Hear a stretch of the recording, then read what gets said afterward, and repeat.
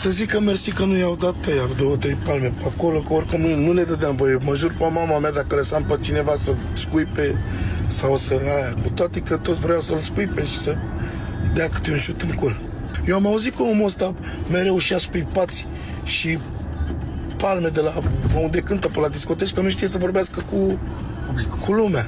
Și eu m-am ridicat în picioare când am văzut că oamenii dădea bani și el nu zicea dedicația. M-am ridicat în picioare și m-am făcut semn.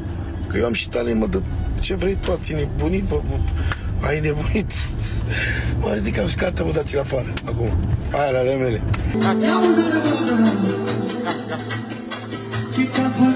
Gata, Flori, gata, Bogdan. Ce era să fac? Să-l țin acolo?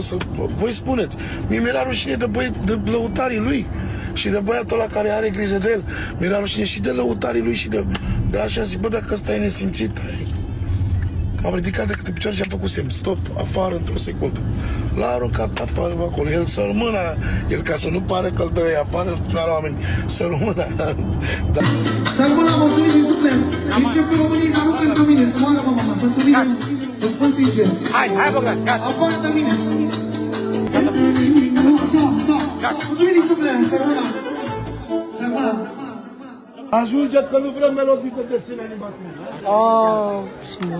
La Harry Potter ăla care strânge șervențele după aici. Să vorbesc, ce să vorbesc cu copiii ăștia? Gașca zurlii ăștia. Voi știți că vorbește regele pe România, pe bune, nu trebuie să spun faptele. Au venit ăștia ca să aibă arătă cu titanii României. Ce au avut ei a fost pe la mine. În primul rând, știți voi. Da? Și va mai fi. Și e. Da, normal, hai, trupa! N-ai cum să cânti cu R, să fii solist pe R. Scoateți R-ul ăla, puneți un Ț, dacă poți, sau 2 de I. O paranteză puneți. Și după aia, dacă îmi cânti tu o lentă de copii sau de aia, și aud R-ul ăla, sau de frații mei când erau mai mici, am căzut jos pe acolo, lasă-mă, Doamne, iartă-mă. Ai nebunit. Tu stă bine ca vlogger, că arăți bine, du-te la sală, bucată de fotbal.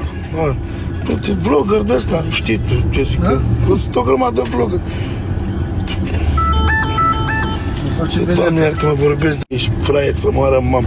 Mi-e rușine tot de mine acum că te-am ținut cândva pe lângă mine, așa te chinuiai, te-ai împrumutat în 10 părți să-mi aduci bani să cânt o melodie, să faci o melodie cu mine. Moară, mamă, adevărat zic. Și ți-am luat și bani puțin, că n-avea nici bani, te-ai luat cu camă de nu știu ce.